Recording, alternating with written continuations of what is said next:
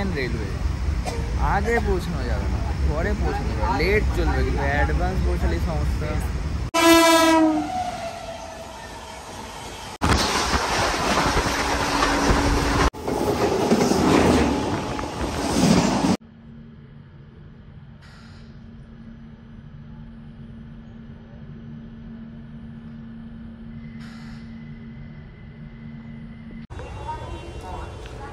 নমস্কার সবাইকে, আমার চ্যানেলে স্বাগত আবার একটা নতুন ভিডিও নিয়ে। আজকের ডেট হচ্ছে 5 সেপ্টেম্বর, টাইম দেখে নিন 6:36। আমি এখন দাঁড়িয়ে আছি কানপুর সেন্ট্রাল রেলওয়ে স্টেশনে, দেখে নিতে পারেন। আজকে আমার জার্নি হতে চলেছে কানপুর থেকে নতুন চালু হওয়া আলিগড় পর্যন্ত ফার্স্ট মেমু লোকালে 04189 ট্রেন নাম্বার। এটা 7:15 সকালে ছাড়ে আর দুপুর 12:40 আলিগড়ে জংশনে পৌঁছে দেয়। এই লোকালটার অ্যাভারেজ স্পিড থাকে 57 কিলোমিটার পার আওয়ার। মানে বুঝতে পারছেন, একটা লোকালের average speed 57 kilometre per hour মানে যথেষ্ট ভালো, কারণ অনেকে এক্সপ্রেস ট্রেনের স্পিড থাকে না। 309 কিলোমিটারের জার্নি আমাদের 5 ঘন্টা 25 মিনিটে আমাদের কমপ্লিট হতে চলেছে। আর এই লোকালটার স্পেশালিটি এটাই হলো যে সব জায়গায় দাঁড়ায় না, কয়েকটা মাত্র স্টপেজ আছে, প্রচুর ইন্টারমিডিয়েট স্টেশন স্কিপ করবে, আর মেন কয়েকটা স্টপেজে শুধু দাঁড়ায়। তার জন্য এই লোকালটা আজকে আমি জার্নি করতে যে ট্রেনটায় আমার জার্নি হতে চলেছে সেটা হলো 04189 কানপুর সেন্ট্রাল থেকে চলা আলিগড় জংশন পর্যন্ত প্যাসেঞ্জার, যার ভাড়া মাত্র 65 টাকা। কানপুর থেকে এটাও সময় তখন 6:35। ট্রেন ছাড়তে কিছু সময় ছিল, স্টেশনে ঢুকতেই দেখলাম কিছু তথ্য, যেটা কানপুরের অবস্থিত টুরিস্ট প্লেস সম্পর্কে লেখা আছে। অবশ্যই সেটা নিয়ে ব্যাখ্যা করছি।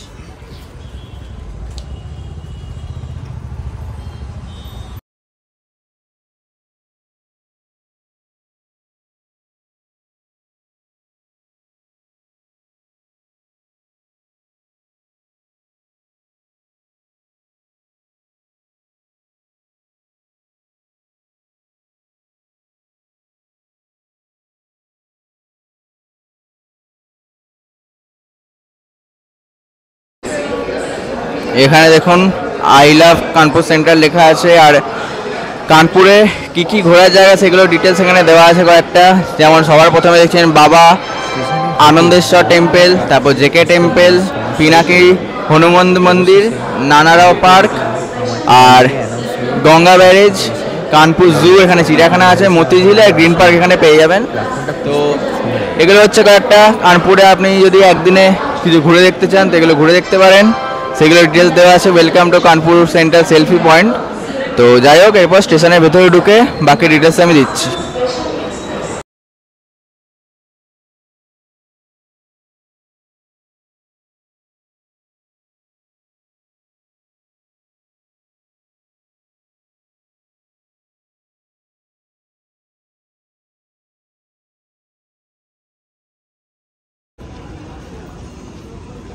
এই হচ্ছে আমাদের আজকের ট্রেন। এই একটা জিনিস এখানে বলে রাখি কানপুর স্টেশনে, এই দেখুন, এটা হচ্ছে প্ল্যাটফর্ম নাম্বার 1 আর এটা হচ্ছে প্ল্যাটফর্ম নাম্বার 10। আমার ট্রেনটা জাস্ট মিস হয়ে যেত, আমি 10 নাম্বার খুঁজে খুঁজে অস্থির। তারপর জিজ্ঞেস করলাম, তখন জানতে পারলাম এটা নতুন হয়েছে, ওই জন্য এখানে প্ল্যাটফর্ম নাম্বার 10 দিয়ে দিয়েছে। কিন্তু আসলে এটা হওয়া উচিত ছিল 1A, তাহলে বুঝতে সুবিধা হতো। বাট এটা প্ল্যাটফর্ম নাম্বার 10 থেকে ট্রেনটা ছাড়ছে। আমি একে বসছিলাম কারণ ওয়্যার ইজ মাই ট্রেনে তাই বলছিল, ওই জন্য অলরেডি সিট বুকও হয়ে গেছে, সিটও পেলাম না, সমস্যা হয়ে গেল। যাই হোক, ছাড়তে আর 2-3 মিনিট বাকি আছে, এখান থেকে ছেড়ে নিয়ে আপনাদের বাকি ডিটেলস শেয়ার করছি। একদম একেবারে নতুন কোচ, 2023-এর, রিসেন্টলি চালু হয়েছে, কিন্তু এটা আপাতত 6 মাসের জন্য চালু করা হয়েছে। জানুয়ারি 31 তারিখ অবধি ট্রেনটা চলবে, তারপর যদি আবার নতুন ওটাকে এক্সটেন্স করে ততদিনই চলবে, নাহলে তারপর আর চলবে না।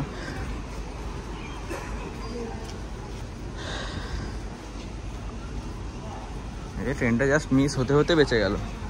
এই প্ল্যাটফর্মটা আমি খুঁজে পাচ্ছিলাম না, খুব চাপে পড়ে গেছিলাম। তারপর দৌড়ে দৌড়ে দৌড়ে দৌড়ে গিয়ে ট্রেনটায় উঠলাম।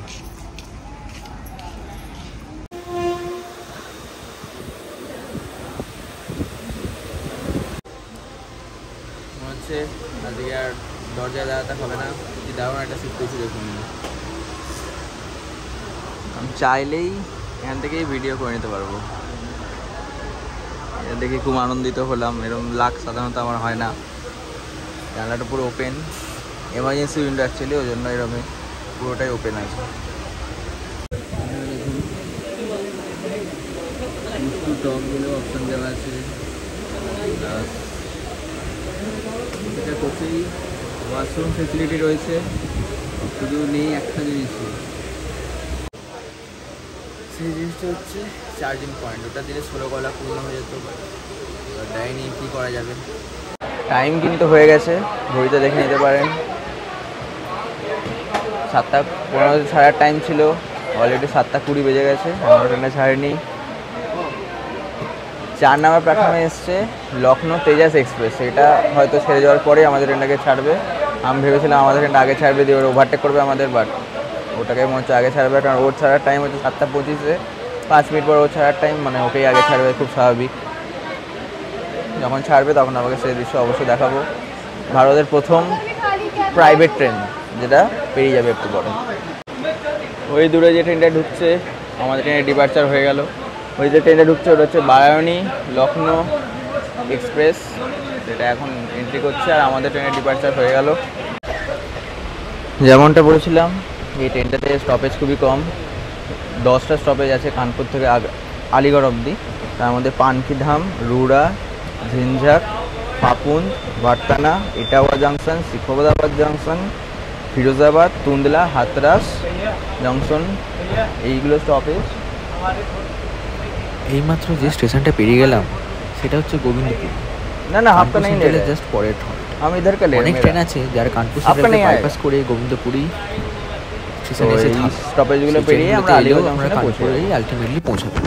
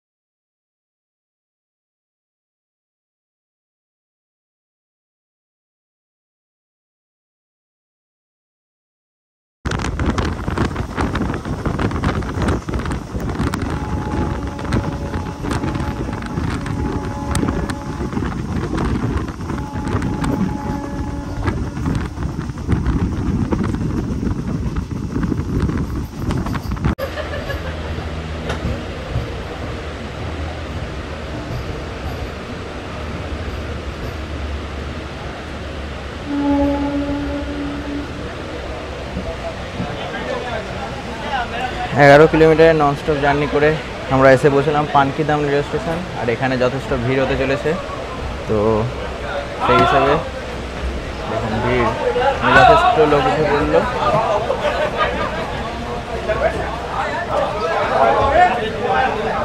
এরপরে আমাদের নেক্সট 33 কিলোমিটার ননস্টপ জার্নি হতে চলেছে, আর নেক্সট স্টেশন হবে রুড়া।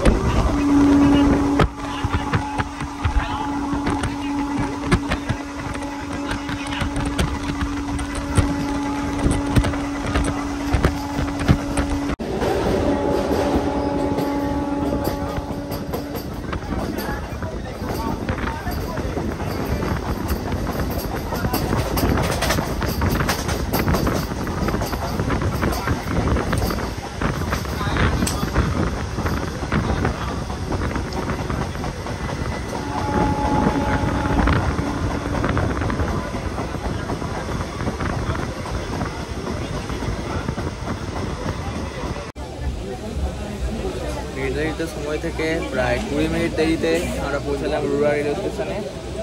আর এখানে হল্ট আমাদের 1 মিনিট। এরপর যেই স্টেশনটা আমরা পৌঁছাবো সেটা হচ্ছে ঝিনঝাক রেলওয়ে স্টেশন। তার মাঝে থাকবে একটাই মাত্র ইন্টারমিডিয়েট স্টেশন। আর রুরা থেকে ঝিনঝাকের মাঝে ডিস্টেন্স হচ্ছে 21 কিলোমিটার। এই 21 কিলোমিটার আমরা পৌঁছানোর জন্য আমাদের কাছে টাইম দেওয়া আছে প্রায় 20 মিনিট। দেখা যাক কত দেরিতে পৌঁছায়। স্পিড আপনারা দেখতে পাচ্ছেন 95, 97, 100 এর মধ্যে ঘোরাঘুরি করছে। তো আশা করি কিছুটা লেট মেকআপ ওখানে দিয়ে দেবে।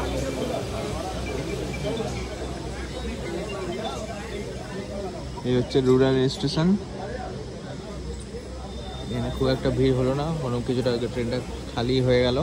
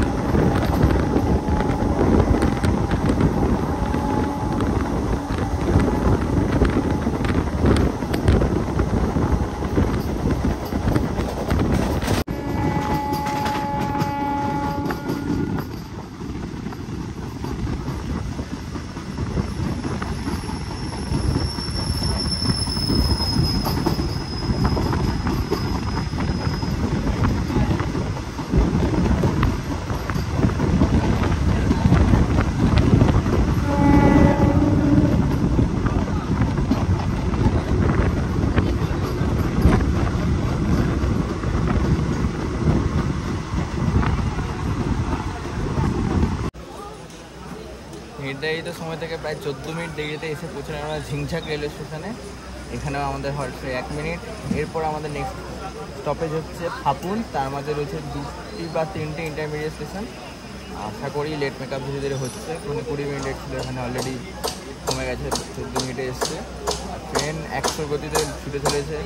পিছনে আসছে পূর্বোত্তর সম্পর্কান্তি এক্সপ্রেস। এবার আগের তেজাস এক্সপ্রেসটা আমাদের ওভারটেক করেছিল, কিন্তু মালগাড়ির জন্য দেখাতে পারিনি।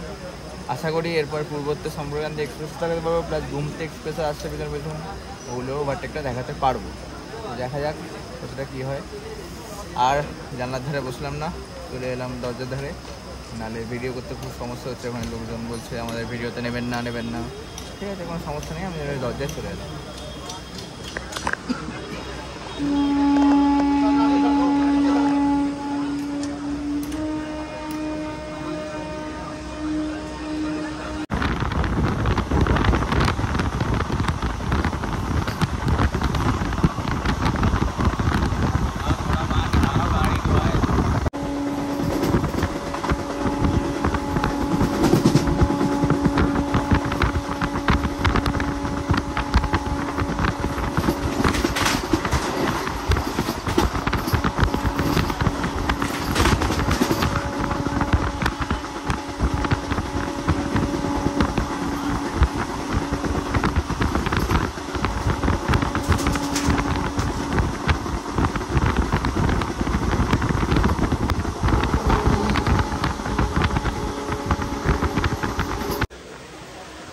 প্রায় 20 মিনিটের দেরিতে আমরা এসে পৌঁছালাম ফাপুন রেলওয়ে স্টেশনে। এরপর আমাদের স্টপেজ হচ্ছে ভাটখানা। আমাদের 4টে ইন্টারমিডিয়েট স্টপ আছে। আর দূরত্ব প্রায় এটা 83 কিলোমিটার আমাদের জার্নি কমপ্লিট হয়ে গেছে। এখান থেকে আরও ট্রেনে করে 36 কিলোমিটার ননস্টপ জার্নি আমাদের হতে চলেছে। ওই দূরে দেখুন কে এটা, দেখুন বাঁদর তার ছানাপোনাকে নিয়ে এগিয়ে যাচ্ছে।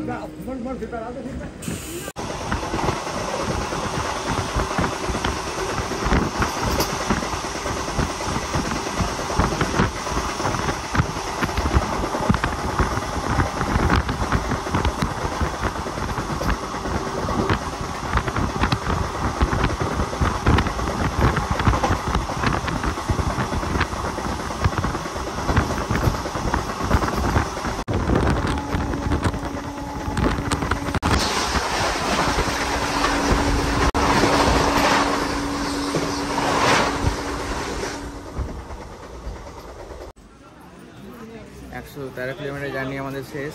আমরা এসে গেছি বারথানা রেলওয়ে স্টেশনে। এটা আমাদের পঞ্চম স্টপেজ। এরপর আছে 20 কিলোমিটার পর এটাওয়া জংশন। এখানে হয়তো পূর্বোত্তর সম্প্রক্রান্তি এক্সপ্রেস আমাদেরকে ওভারটেক করবে, তার জন্য আমাদের লুপ লাইনে দাঁড় করে দিয়েছে। দেখা যাক যদি ওভারটেকটা এখান দিয়ে হয়। এখন তো সব ওভারটেকে মিস হয়ে যাচ্ছে, কারণ ওই দুটো লাইন ওদিকে চলে যাচ্ছে, কোথায় চলে যাচ্ছে ভগবান জানে।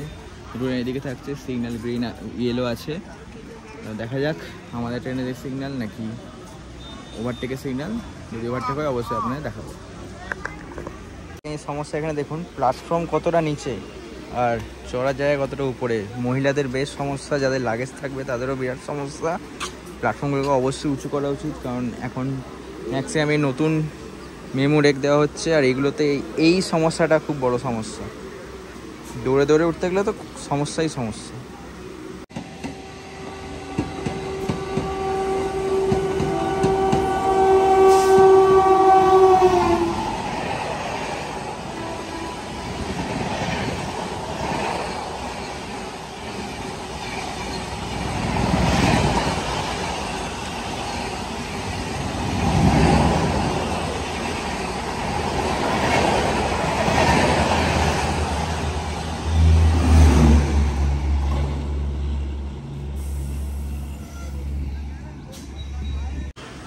আমরা জাস্ট ইটাওয়া জংশন ঢোকার আগে দাঁড়িয়ে আছি।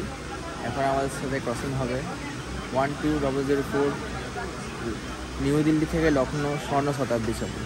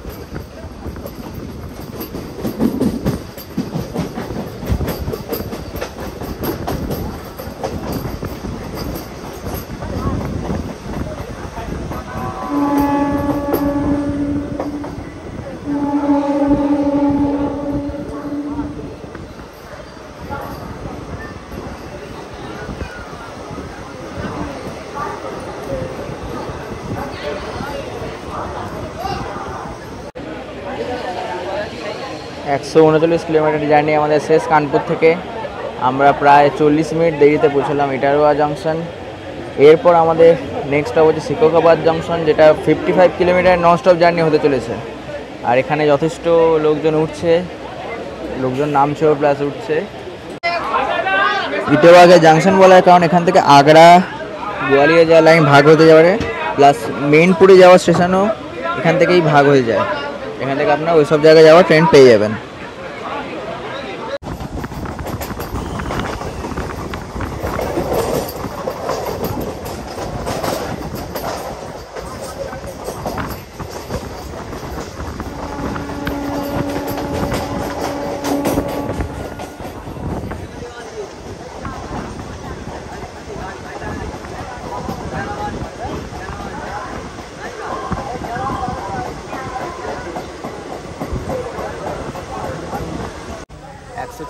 কিলোমিটার জার্নি আমাদের কমপ্লিট। আমরা চলে এসেছি সিকোয়াবাদ জংশনে 40 মিনিট ডিলেটে। আর এখান থেকে ফারুকাবাদ যাওয়ার লাইন আলাদা হয়ে যায়, তাই সিকোয়াবাদকে জংশন বলা হয়। আর ঠিক এখনই এখানেও টাইম হয়ে গেছে 12312 আমাদের সবার প্রিয় নেতাজি এক্সপ্রেসের। তো এখানে সেই নেতাজি এক্সপ্রেসের সঙ্গে ক্রসিং হবে। ওর এখানে স্টপেজ আছে, কিন্তু এখনও 5 কিলোমিটার দূরে আছে। যদি ছেড়ে দেয় তো ক্রসিং হবে। দিয়ে দিয়েছে, মানে এখনই ছাড়বে। চলে আসছে 12312 কালকা হাওড়া নেতাজি এক্সপ্রেস।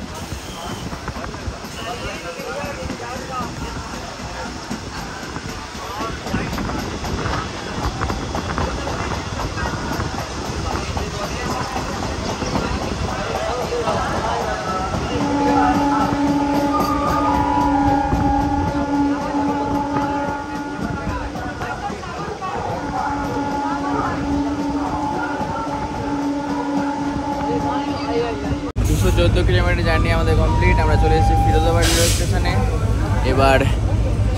এরপর আমাদের নেক্সট স্টেশন হচ্ছে তুংলা জংশন, 17 কিলোমিটার ননস্টপ জার্নি।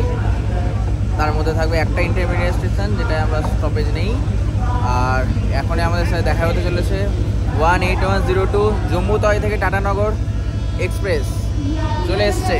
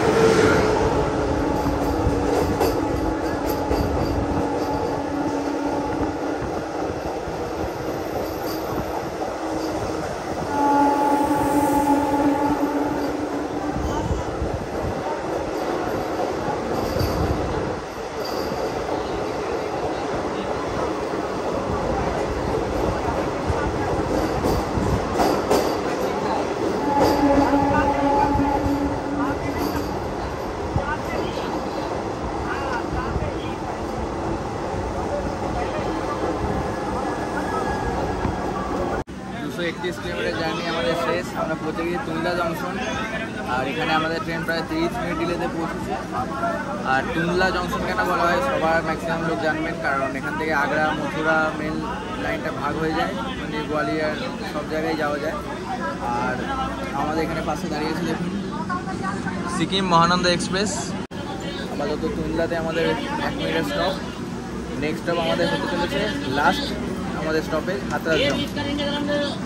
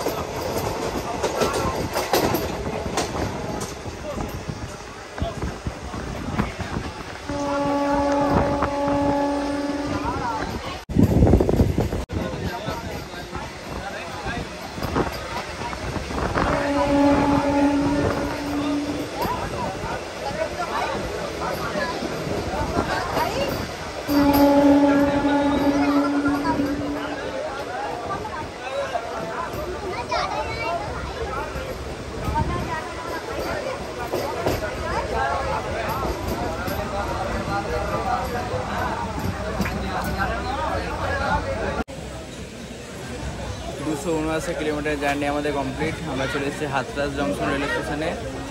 আর এখানে আমাদের স্টপেজ সেই একই 2 মিনিট, আর মাত্র 30 কিলোমিটারের জার্নি আমাদের বাকি। এখানে আমরা অলমোস্ট ওই 21 মিনিট লেটে পৌঁছেছি। নেক্সট 30 কিলোমিটারের জার্নি আমাদের কমপ্লিট করার জন্য হাতে সময় রয়েছে প্রায় 1 ঘন্টা। তো আশা করি আমরা বিফোর টাইমে পৌঁছাবো। ম্যাক্সিমাম দিনে আমি দেখেছি লাস্টে বিফোর টাইমে পৌঁছায়, মাঝখানেগুলো তো দেখতে পাই না, ব্যার ইজ মাই ট্রেন আলাদা ইনফরমেশন দেয়। তো আশা করি আজকে আমি লাইভ আছি, অ্যাডভান্সে পৌঁছাবো।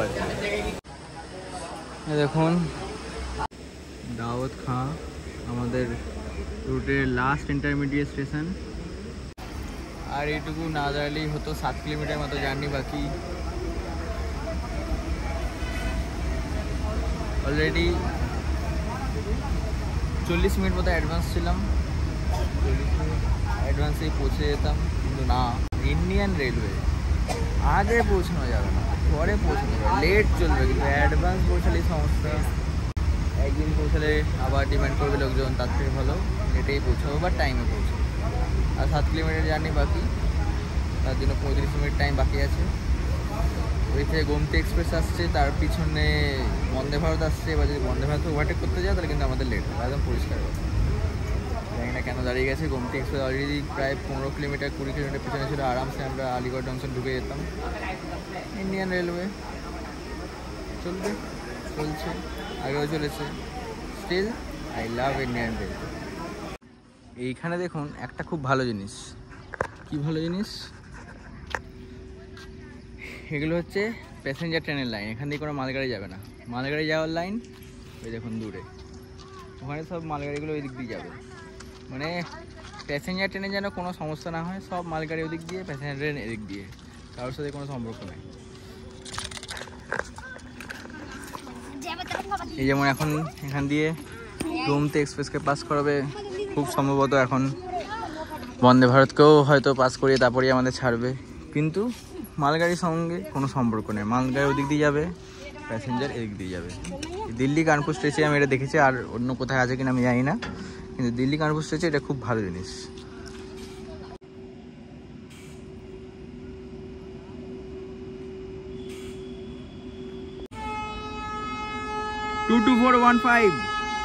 বারাণসী নিউ দিল্লি বন্দে ভারত।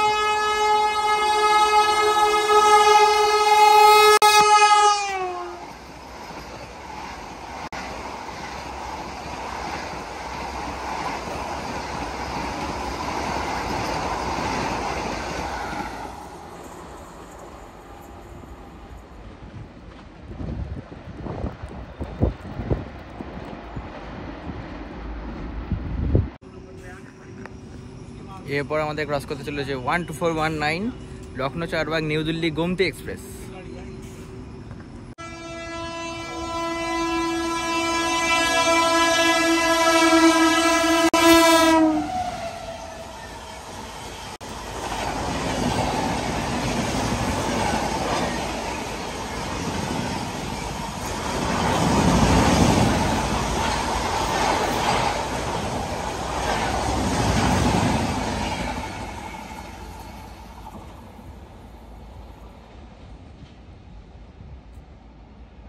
দুটি অসাধারণ ওভারটেক করার পর আমাদের ট্রেনের সিগন্যাল হয়ে গেছে, আর আমরা চলতে শুরু করেছি 7 কিলোমিটার টু আলিগড়।